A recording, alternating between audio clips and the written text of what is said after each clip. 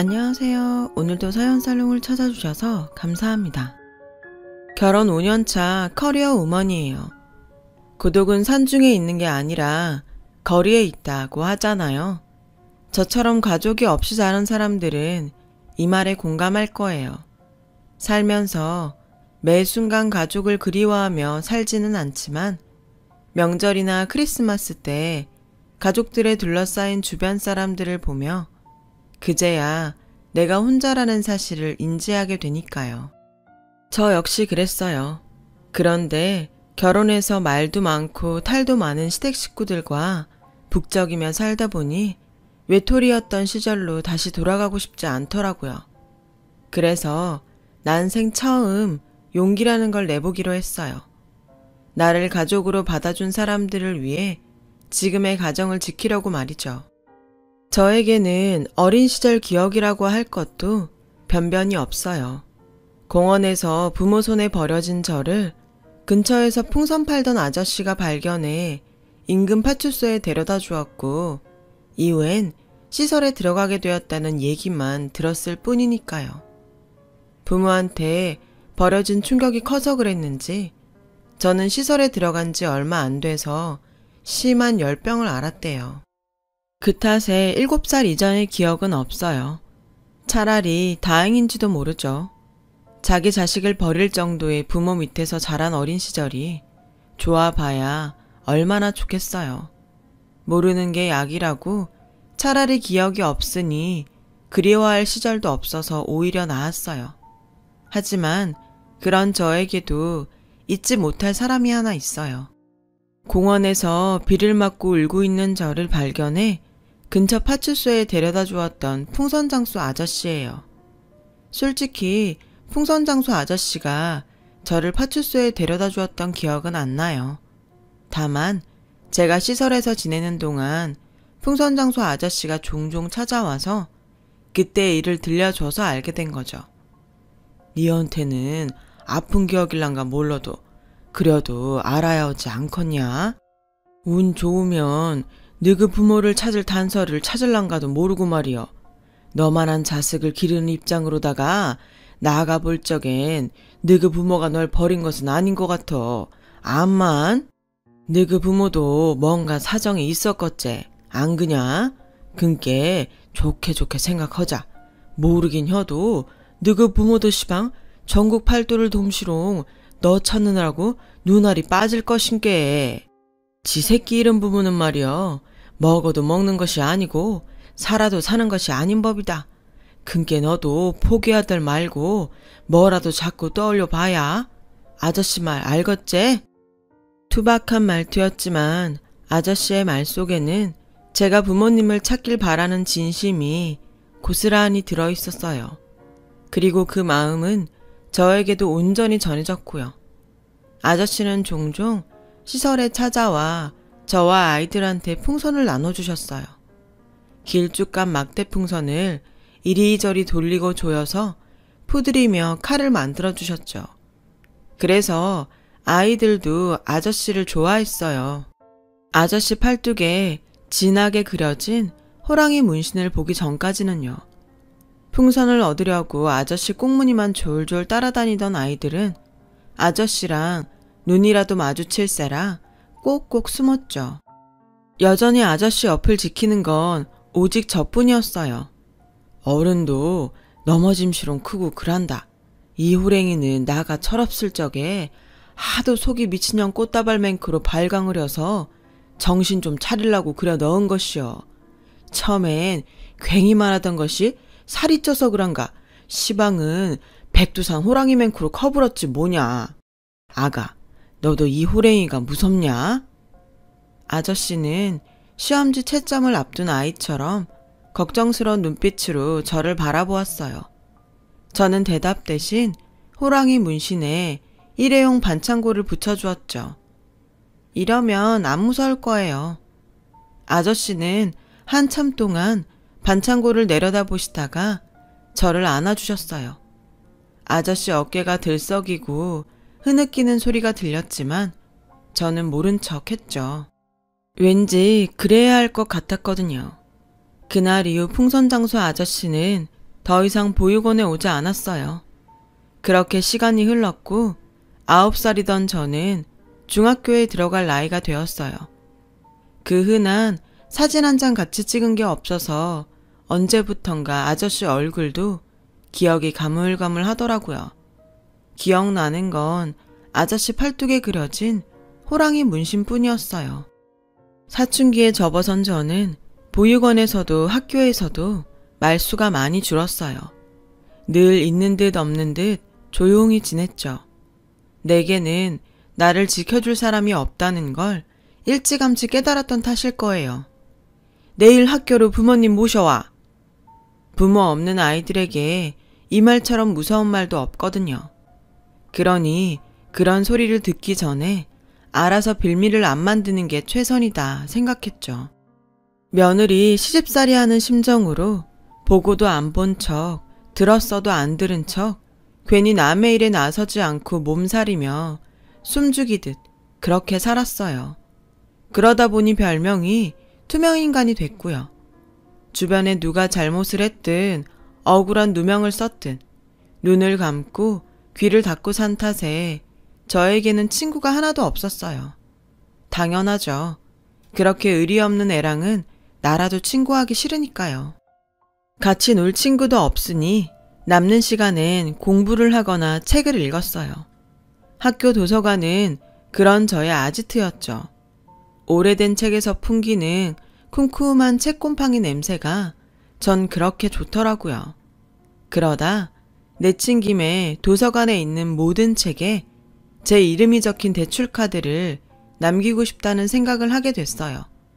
스스로 내기를 하듯 책을 읽다 보니 텅 빈 것 같았던 내 마음이 조금씩 채워져 가기 시작했고요. 하지만 졸업식까지도 학교 도서관에 있는 모든 책을 읽지는 못했어요. 생각보다 책이 많더라고요. 고3이 되고는 수능 준비로 바빠서 좀처럼 책을 읽을 시간도 없었고요. 하지만 꾸준한 독서 덕분에 고액의 논술학원에 다니지 않았음에도 저는 논술평가에서 1등을 할 수 있었어요. 당시 대입시험은 논술시험 성적이 당락을 좌우할 정도로 높은 비중을 차지하고 있었는데 그런 점에서 저는 대학 입시에 유리한 상황이었죠. 모의고사 성적과 내신 성적이 꽤 좋기도 했고요. 하지만 문제는 돈이었어요. 고등학교를 졸업하면 시설에서 나와야 하는데 정착금으로 받은 돈으로는 월세방 보증금도 감당이 안 됐거든요. 그런 상황에 대학 진학을 꿈꾼다는 건 말도 안 되는 거였죠. 그때는 정말 내게 부모가 없다는 게 피부에 와닿더라고요. 남들은 성적이 안 돼서 못 가는 대학을 좋은 성적을 받고도 못 가게 됐으니까요. 그땐 이따위 인생 될 대로 되라는 심정이었어요. 수능 시험을 마치고 남들은 논술 시험 준비를 하느라 한창 바쁜 그때에 저는 자포자기한 심정으로 지내야 했죠. 그러던 어느 날이었어요. 원장님이 급히 저를 부르시더라고요. 아무래도 퇴소 문제 때문인 것 같아서 마음의 준비를 하고 원장실을 찾아갔죠. 그런데 뜻밖의 얘기를 하시지 뭐예요. 지영아, 너 대학 갈 수 있겠다. 널 후원하겠다는 분이 나섰어. 대학도 보내주시고 네가 원한다면 유학도 보내주시겠단다. 이게 꿈이냐 생시냐? 원장님은 당사자인 저보다도 더 신이 나서 어쩔 줄 몰라 하셨어요. 그러니까 논술시험 준비나 열심히 해. 이렇게 좋은 기회를 놓칠 수는 없지 않겠니? 원장실을 나올 때까지도 실감이 안 나더라고요. 그저 어리벙벙 하기만 했어요. 어린 시절 읽었던 키다리 아저씨라는 동화 속 주인공이 된 것 같았거든요. 그래서 저는 그날부터 본격적으로 논술 시험을 준비했어요. 학교 도서관에 틀어박혀 관련 서적을 읽으며 기출 문제도 풀어보고 국어 선생님께 첨삭 지도를 부탁드렸죠. 그리고 드디어 제가 지원한 대학에서 논술 시험을 무사히 치를 수 있었고 그 대학에 최종 합격할 수 있었어요. 내게는 허락되지 않은 줄 알았던 대학 생활을 하게 된 거예요. 입학에 맞춰 시설에서 제 짐을 챙겨서 대학 기숙사로 옮겼어요. 2인 1실 방이었는데 지금까지 시설에서 아이들과 함께 생활을 해온 탓에 저로서는 불편할 것도 없었죠. 오히려 시설도 좋고 강의동과 도서관도 가까워서 편하고 좋더라고요. 게다가 후원자분 덕분에 학비에 대한 걱정도 없이 넉넉한 용돈까지 받으며 살 수 있어서 그 어느 때보다 편했고요. 대학에서 학부를 졸업하고는 미국으로 유학도 떠날 수 있었어요. 그동안 학점 관리를 잘한 덕분에 저희 학교와 자매 결연을 맺은 미국 대학의 교환학생으로 가게 됐거든요.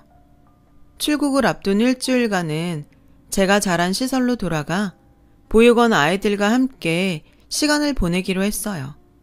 저한테는 고향집 같은 곳이기도 했고 원장님께 물어볼 것도 있었거든요. 후원자를 만나고 싶다고? 네, 대학까지 보내주시는 것도 감사한데 유학까지 보내주신다니까 가만히 받고만 있을 수는 없어서요. 피 한 방울 안 섞인 저한테 그동안 너무도 많은 걸 지원해 주시기도 했고요. 만나 뵙고 감사 인사라도 드리고 싶어요. 그러자 원장님은 난처한 표정으로 그러시더라고요. 네 마음은 충분히 이해를 한다만 처음부터 널 후원하는 조건이 절대로 자신의 신원을 밝히지 않는 거였어. 아무래도 찾아뵙는 건 안 될 것 같구나. 아, 차라리 감사 편지를 쓰면 어떨까? 편지는 내가 직접 전해드릴 수 있거든. 그렇게 저는 후원자분께 감사 편지를 쓰게 됐고 얼마 뒤 유학길에 오르게 되었어요. 미국에 도착하고 얼마 뒤 원장님한테 편지는 잘 전했다고 연락이 왔어요. 편지를 받은 후원자분께서 제게 몸 건강히 공부 잘 마치고 돌아오라는 말을 전해달라고 하셨다더군요. 그렇게 얼굴도 모르는 분의 후원 덕분에 저는 4년간의 유학 생활을 무사히 마칠 수 있었어요. 그리고 한국에 들어와서는 곧바로 취업 전쟁에 뛰어들었죠. 미국에 있는 동안 이름 있는 기업에서 인턴 생활을 경험했던 터라 내심 합격할 자신도 있었어요.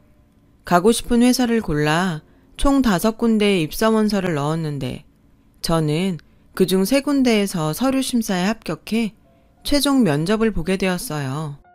압박 면접이 꽤 살벌하게 진행된 탓에 합격자 발표를 앞두고는 왠지 자신이 없어지더라고요. 지원자들이 다들 학벌도 좋고 스펙도 좋아서 많이 주눅이 들었거든요. 불안한 마음이 현실이 되었는지 저는 첫 회사에서 불합격 통보를 받았어요. 불안하긴 했지만 막상 떨어졌다는 문자를 받으니 겁이 나더라고요. 남은 2개 역시 불합격이면 어쩌나 걱정도 됐고요.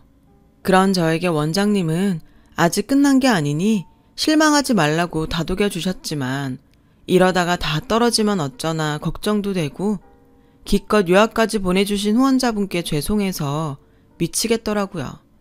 하지만 다행히 2번째 회사와 3번째 회사 모두 합격을 했고 그 중에 더 좋은 곳으로 골라서 갈 수 있었어요. 합격 통보를 받고 나니 이제야 비로소 숨을 좀 쉴 수 있겠더라고요. 사실 겉으로 표현은 안 했지만 그동안 혼자서 끙끙 앓고 있었거든요. 취업이 인생의 전부는 아니지만 그래도 제 인생에서 큰 부분을 차지하는 것도 사실이니까요. 그렇게 저는 27 끝자락에 비로소 홀로서기를 할 수 있었어요. 그리고 첫 출근에 앞서 후원자분께 2번째 편지를 썼죠. 덕분에 좋은 환경에서 공부할 수 있었고 좋은 회사에도 취직할 수 있었다고요. 허락하신다면 이번만큼은 직접 만나서 감사 인사를 드리고 싶다고 말이죠. 하지만 이번에도 후원자분께서는 원장님을 통해 거절을 하셨어요. 사회에 첫 발을 내딛었으니 이제는 스스로 살아갈 힘을 기르라는 말씀과 함께요. 그렇게 저는 2번째 거절을 당했고 이후에는 편지를 쓰지도 만나고 싶다고 조르지도 않았어요. 대신 감사한 마음을 가슴에 담고 언젠가 나와 같은 처지의 아이에게 도움을 주어야겠다고 다짐을 했죠. 그게 후원자분께 은혜를 갚는 일이라고 생각했거든요. 이후 회사에 첫 출근을 하게 된 저는 정말 눈코 뜰 새 없이 바쁘게 지냈어요. 모든 신입사원들이 다 그렇듯 학교에서 배운 것과는 전혀 다른 업무 형태에 매 순간 멘붕이 왔고 더불어 회사에 적응하느라 전력을 다해야 했거든요. 그렇게 3년을 보낸 저는 드디어 대리로 승진하게 되었어요. 그러던 어느 날이었죠. 원장님이 회사로 찾아오셨더라고요. 마침 점심시간대라 근처 식당에서 점심을 대접해드리는데 글쎄 뜬금없이 선을 보라고 하지 않겠어요? 선을 보라고요? 저는 아직 결혼 생각이 없는데요. 당장 결혼하라는 게 아니야. 좋은 자리라서 아까워 그러는 거지. 만나보고 싫으면 거절해도 돼. 그동안 공부도 하고 일하느라 연애도 한번 못 해봤잖니. 딱히 결혼할 마음은 없었지만 원장님이 주선하는 자리라서 마냥 거절을 할 수도 없더라고요. 그래서 내키지는 않았지만 약속 장소로 선을 보러 나갔어요.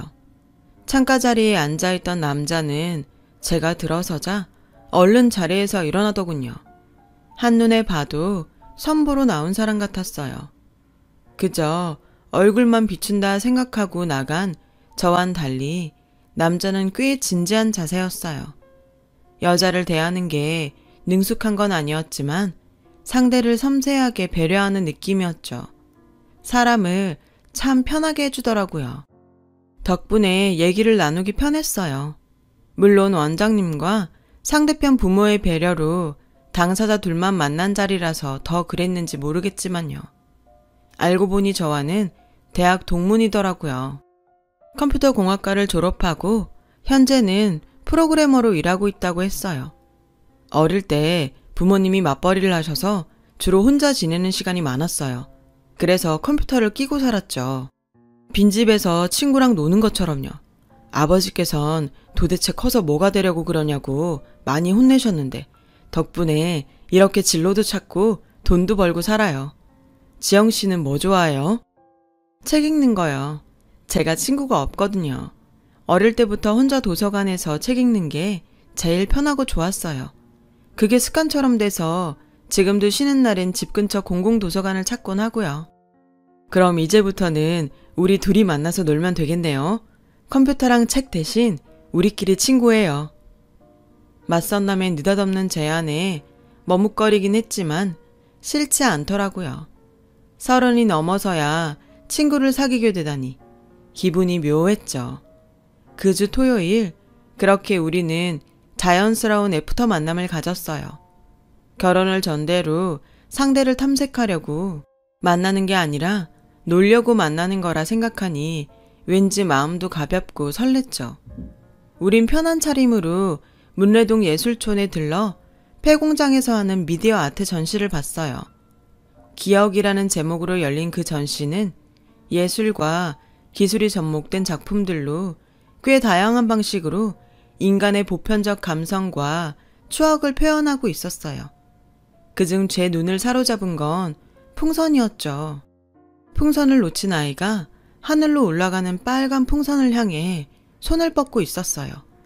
까치발까지 하곤 간절하게 손을 뻗어보지만 결국 풍선은 저 멀리 날아가 버리고 말았죠. 구름 위에는 아이들이 놓친 풍선들이 색색가지로 쌓여 있었어요. 그 풍선들이 하나씩 터지면서 오래전 골목길과 학교 운동장, 딱지와 인형에 대한 추억이 담긴 영상이 펼쳐졌어요. 별것 아닌 그 영상 앞에서 저는 한참을 서 있었어요. 사라진 줄 알았던 7살 이전의 기억이 부분 떠올랐거든요. 엄마, 아빠, 그리고 우리 집의 모습이요. 저는 아빠 손을 잡고 병원에 입원해 있는 엄마를 찾아가곤 했어요. 산소호흡기에 의지해 간신히 숨을 쉬던 엄마는 결국 돌아가셨고 아빠와 저는 장례식장에 놓인 엄마 영정 앞에서 울고 있었어요. 제가 아빠와 헤어진 그날은 엄마가 죽고 처음 맞는 어린이날이었죠. 술에 취해 쓰러져 있는 아빠를 흔들어 제가 놀이동산에 가자고 졸랐어요.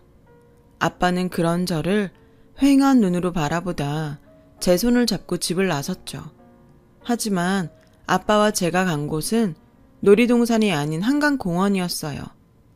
저는 벤치에 앉아 음료수를 사러 간 아빠를 기다렸지만 아빠는 오지 않았고 갑자기 내린 비에 돗자리를 깔고 잔디밭에 앉아 놀던 가족 단위 사람들은 서둘러 자리를 떠나버렸죠.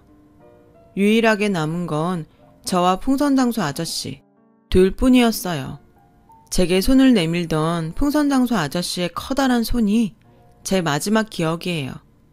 생각지 못한 순간에 느닷없이 떠오른 기억에 전 숨도 쉬기 힘들 정도로 감정이 격해졌고 토해내듯 울음을 쏟았어요.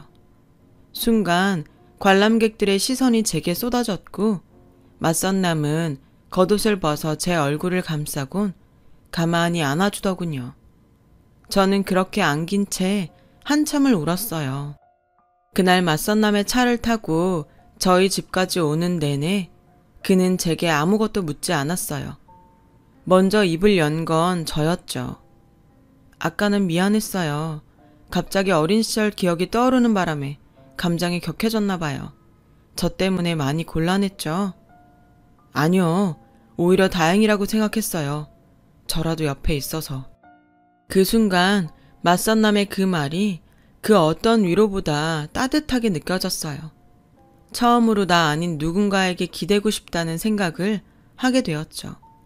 그래서 가슴에 꽁꽁 싸매고 있던 제 과거와 지금까지 살아온 얘기들을 모두 털어놓았어요.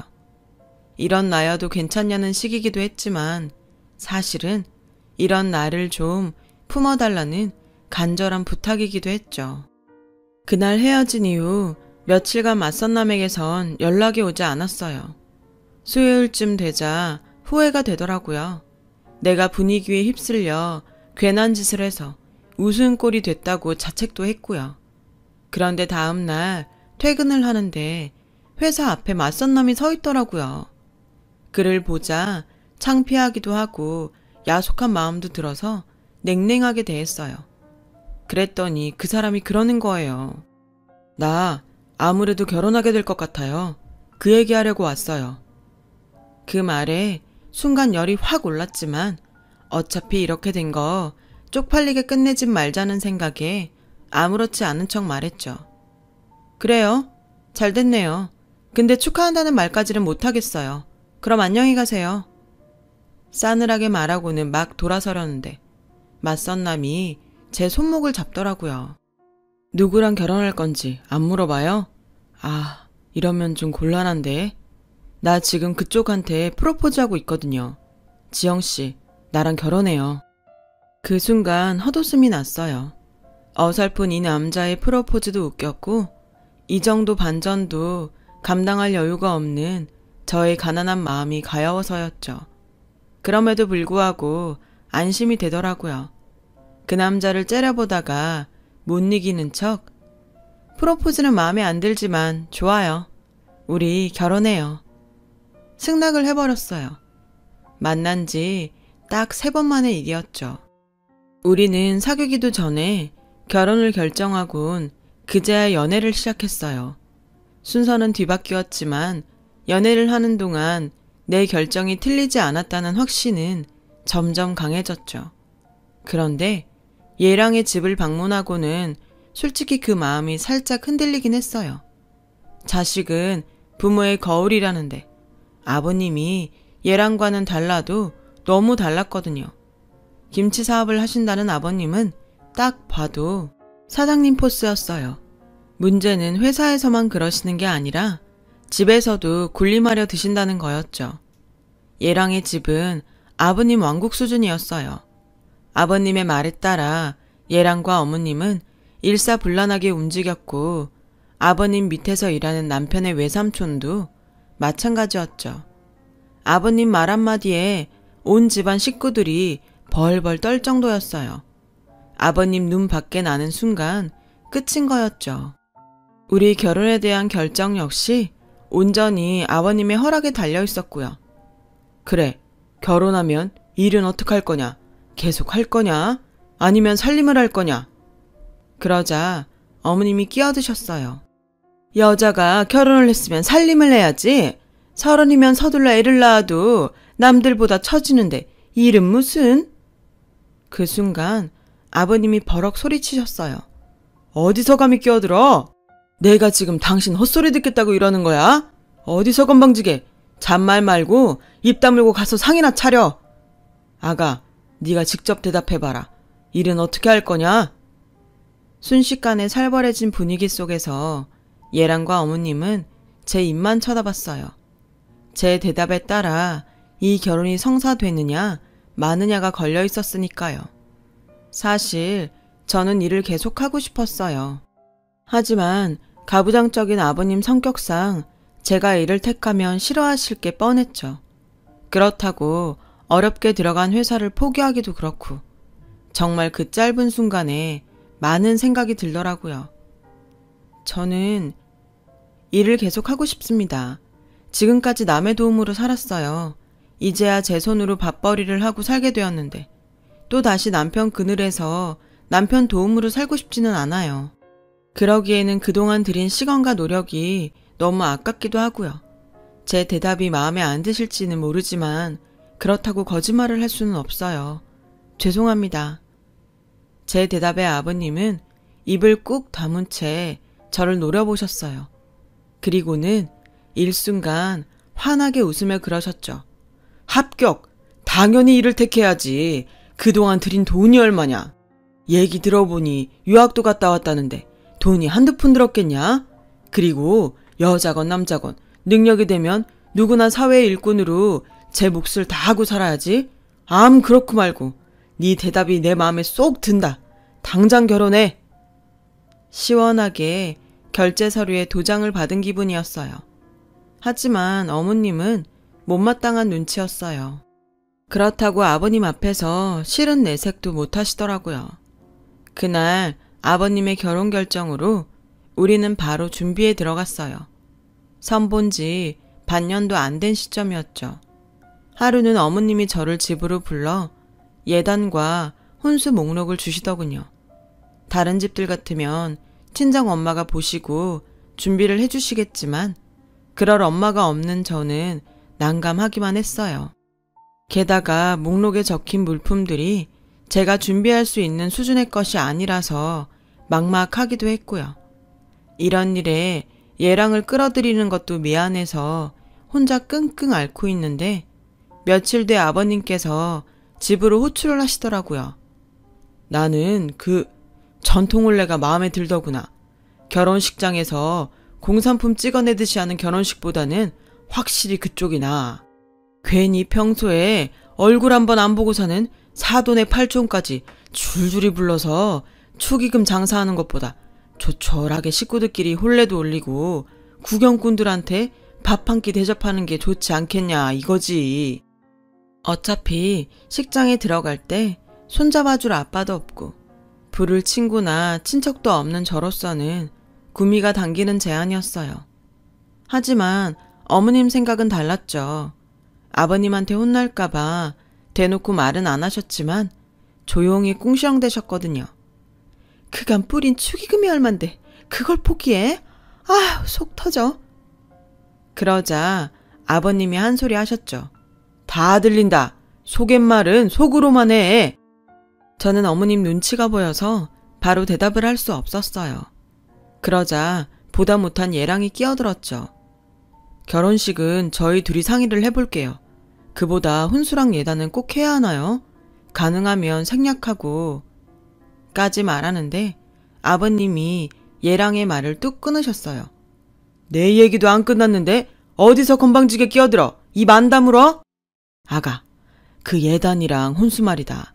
난 그런 거 필요 없다. 하지 마라. 부모가 딸 자식 맞아들이면서 그런 거 받는 건 말도 안 되는 짓이고 네가 그런 거 바리바리 싸들고 올 정도로 내 아들이 대단한 놈도 아니다. 따지고 보면 이 결혼은 네가 믿지는 장사나 진배 없으니까 네 몸만 오는 걸로 얘기 끝내자. 그럼 이상? 아버님의 깔끔한 정리로 어머님의 A4 2장짜리 예단과 혼수 목록은 한순간에 폐기 처분이 돼버렸어요. 그러자 어머님은 이번만큼은 절대로 못 참는다시며 눈을 치켜뜨셨죠. 나요, 이렇게는 결혼 못 시켜요. 남들은 며느리 드릴 때 명품 백도 받고 모피코트도 받는다는데 내가 뭐가 부족해서 빈손으로 며느리를 드려요. 나 25에 제 취자리로 들어와서 이날 이때까지 재훈이 4배 아파 낳은 자식처럼 키우면서 당신한테 뭐 하나 바란 적 없어요. 하지만 이번만큼은 안 되겠네요. 나도 남들처럼 시어머니 대접 톡톡히 받고 며느리 드릴 거예요. 그러니까 당신도 아무 말 마세요. 이 옆편 내가 실성을 했나?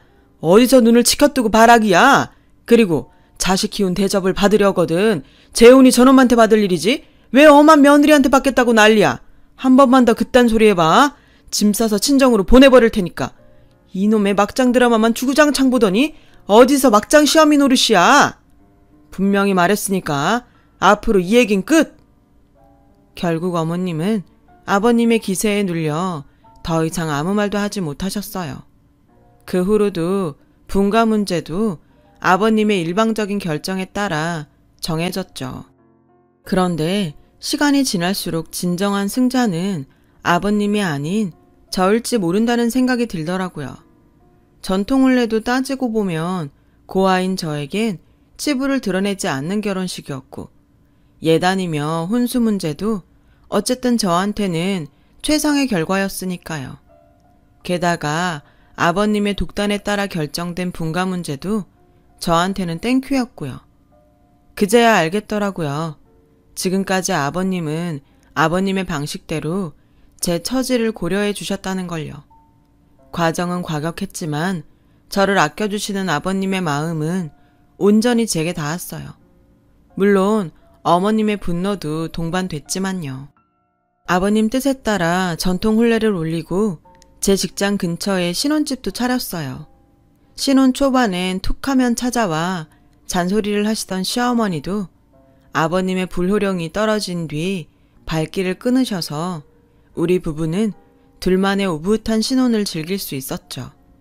그렇게 결혼하고 1년쯤 되었을 무렵 청천벽력 같은 소식이 들렸어요. 아버님이 뇌경색으로 쓰러지셔서 반신불수가 되신 거예요. 거기에 언어장애까지 생겨서 말씀도 제대로 하지 못하게 되셨죠. 그 당당하고 호탕하시던 아버님은 이전과는 전혀 다른 모습으로 변하셨고 그동안 아버님한테 눌려 살던 어머님은 뒤늦게 제 세상을 찾으셨어요. 아버님을 대신해 회사를 운영하신다고 살림도 팽개치시고 출근을 하셨고 주말에는 친구분들과 골프를 치러 다니시느라 집을 비우셨죠. 아버님의 병수발은 평일엔 간병인의 도움을 받았고 주말에는 남편과 제가 도맡아야 했어요. 저를 통해 아버님 소식을 들은 원장님은 한 걸음에 달려오셨어요. 아휴, 강 사장님, 이게 무슨 일입니까? 어쩌다 이런 모습이 되셨어요? 원장님은 아버님 손을 잡고 울먹였어요. 그러자 아버님도 눈물을 흘리시며 뭔가 말씀하시려고 하시더군요. 하지만 마음처럼 말이 나오지 않았고 답답한 마음에 멀쩡한 왼주먹만 움켜쥐실 뿐이었죠. 그 손을 보자 불현듯 종이에 쓰시면 되겠다는 생각이 들어 아버님 왼손에 펜을 들려드리고 메모지를 대드렸어요. 메모지에는 삐뚤거리는 글씨로 이렇게 적혀 있었죠. 나에 대해 아무 말도 하지 말아주세요. 원장님은 몇 번이나 알겠다고 약속을 하시고는 돌아가셨어요. 긴 병에 효자 없다고 아버님의 병수발이 1년 넘게 이어지자 저도 남편도 조금씩 지쳐갔어요. 주말 이틀을 꼬박 아버님을 간병하고 돌아와 쉬는 날도 없이 직장 생활까지 병행을 해야 했으니까요. 그러는 와중에도 어머님은 아버님 병수발은 나몰라라 하셨어요. 늘 회사 일로 바쁘시다며 아침 일찍 나가서 밤 늦게야 들어오셨죠. 간병인 아주머니 말에 따르면 종종 외박을 하는 것 같다고도 했고요. 저는 이렇게는 안 되겠다 싶어서 회사에 반차를 내고 아버님 회사로 어머님을 만나러 갔어요. 아버님이 계시는 집에서는 말하기는 곤란했으니까요. 그런데 어머님이 안 계시더라고요. 출발 전에 어머님께 전화했을 때 어머님이 회사라고 하셨거든요. 주문량이 많아서 자리를 뜰 수 없다고요.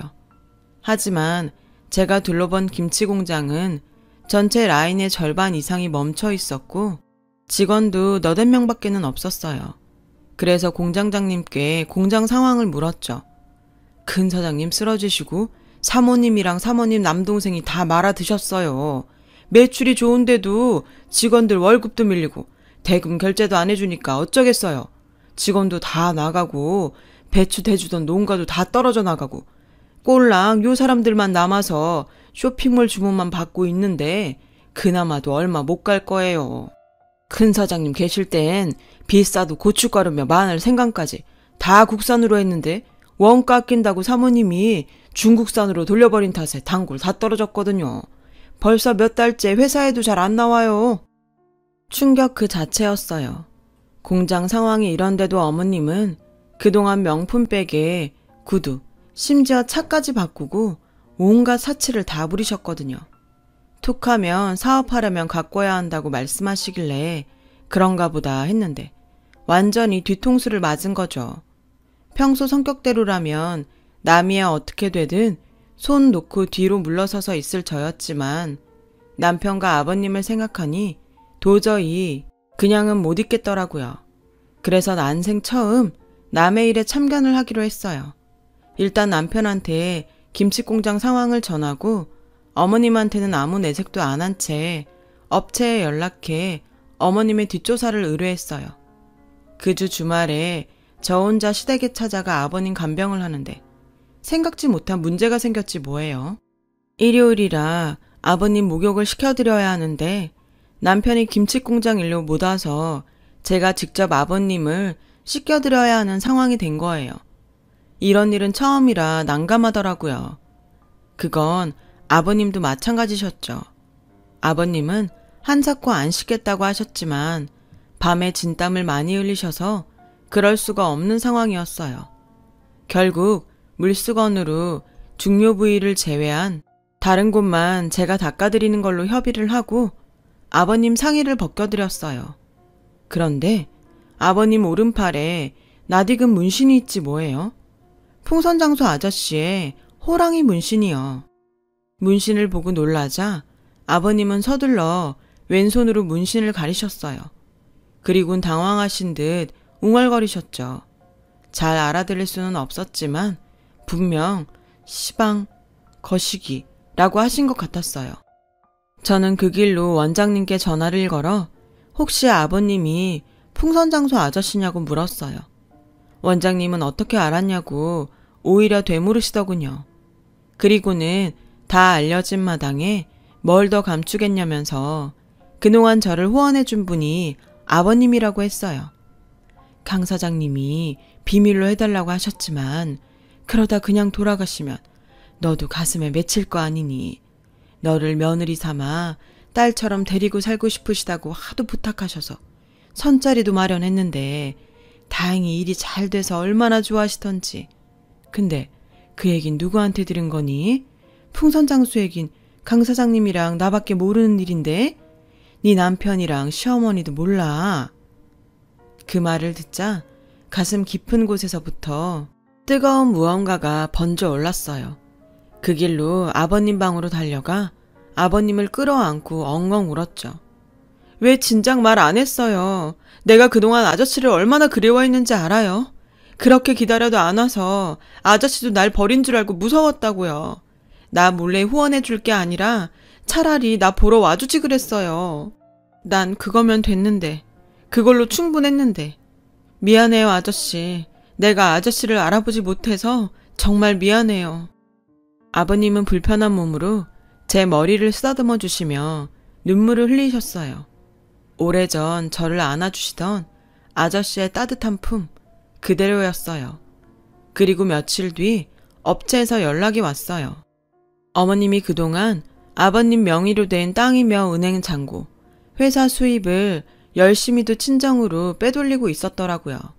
게다가 현재 운전기사랑 딴 살림까지 차리고 계셨고요.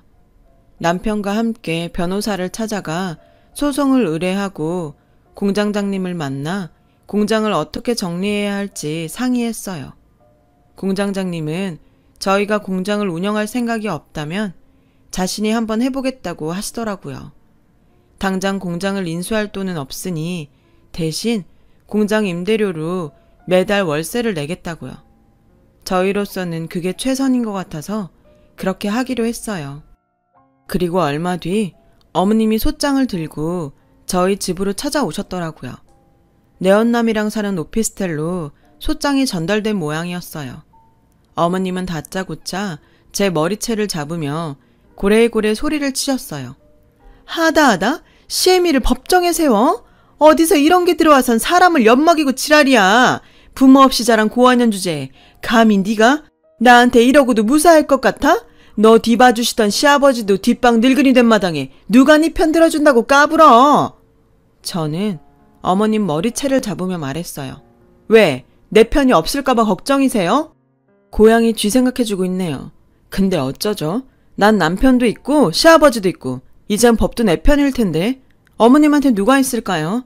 어머님 내연남? 돈 몇 푼 쥐어주니까 어머님이 아버님 재산 빼돌린 거 녹취까지 해주던데 그런 남자가 퍽이나 당신 편 들어주겠다. 그러게 어지간히 해드셨어야지. 적어도 아픈 남편 버려두고 딴 살림은 차리지 말았어야지. 인간 말종 같은 짓 혼자 다 해놓고 인간 대접 받길 원했어요? 어림없으니까 꿈도 꾸지 마세요. 내가 당신 지옥불에 던져줄 테니까. 전 시어머니를 현관 밖으로 밀어버리고 문을 닫았어요. 한참을 배를 누르며 문을 두드리던 시어머니는 얼마 안 가 돌아갔어요. 문 밖에서 하는 통화 소리를 들어보니 내연남과 싸우는 것 같더라고요. 그러게 믿을 사람을 믿었어야죠. 돈으로 맺어진 남녀 관계는 결국 돈으로 끝난다는 걸 어머님이 너무 늦게 한 거죠.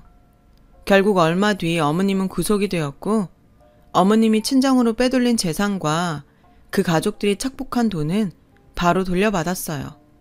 하지만 이미 많은 돈을 써버린 탓에 받은 돈은 재산 중 일부에 불과했죠. 그래서 돌려받지 못한 돈은 소송을 통해 분할 상환 받기로 했어요. 물론 그 돈을 다 받지는 못하겠지만 어머님과 그 가족들한테 평생 고통을 주기 위해서 그렇게 했어요. 그리고 저희 부부는 본가로 들어왔어요. 아버님 곁에서 사는 게 간병을 하기도 편하고 무엇보다 마음이 편해서요. 그리고 긴 병에 지치지 않도록 따로 주말 간병인도 두었어요. 우리 부부가 지치지 않아야 아버님도 오래 모실 수 있을 것 같아서요. 아버님이 메모로 지시한 사항이기도 했고요. 간병인 하나 더! 이렇게요. 만나게 될 인연은 언제고 다시 만나게 된다는 말처럼 풍선장소 아저씨와 저는 이제 시아버지와 며느리로 살고 있어요. 아저씨가 오랜 시간 동안 제 뒤에서 저를 지켜주신 것처럼 이제는 제가 아저씨를 지켜드리려고 해요.